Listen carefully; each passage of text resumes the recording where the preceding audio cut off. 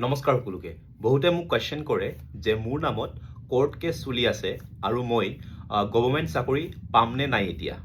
আৰু গভৰ্ণমেণ্ট চাকৰিৰ কাৰণে পৰীক্ষাবিলাক দিব পাৰিম নে নাই নাইবা চাকৰি পোৱাৰ মুহূৰ্তত পুলিচ ভেৰিফিকেশ্যনত মোক চাকৰিৰ পৰা বঞ্চিত কৰি ৰাখিব নেকি পুলিচ ভেৰিফিকেশ্যনত মোক ৰখাই দিব নেকি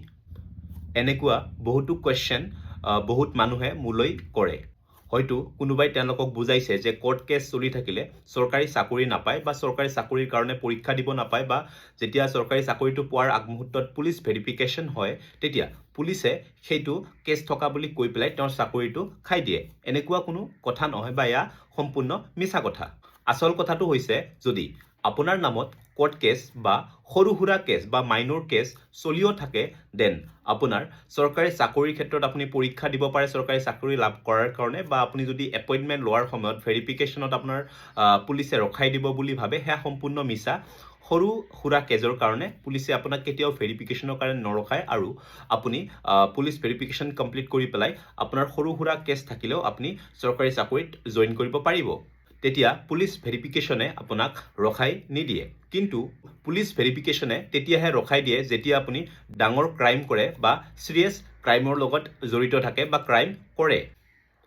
যেনে মাৰ্ডাৰ কিডনেপিং আদি কাৰ্যত যদি আপুনি জড়িত থাকে কোৰ্ট কেছ হোৱাৰ পিছত আপুনি কনভিক্টেড ওলায় আৰু আপোনাৰ পানিছমেণ্ট ঘোষণা কৰা হয় তেতিয়াহে আপোনাক পুলিচ ভেৰিফিকেশ্যনত ৰখাই দিব পাৰে কিন্তু সৰু সুৰা কেজৰ ক্ষেত্ৰত আপোনাৰ এনেকুৱা ধৰণৰ অসুবিধা কেতিয়াও নহয় নাইবা আপুনি যদি কনভিকশ্যনছ হোৱা নাই বা পানিছমেণ্ট ডিক্লেয়াৰ কৰা নাই তেতিয়াহ'লে আপোনাৰ পুলিচ ভেৰিফিকেশ্যনত একো অসুবিধা নাপায় বা চৰকাৰী চাকৰিৰ কাৰণে প্ৰতিদ্বন্দ্বিতা কৰিব পাৰে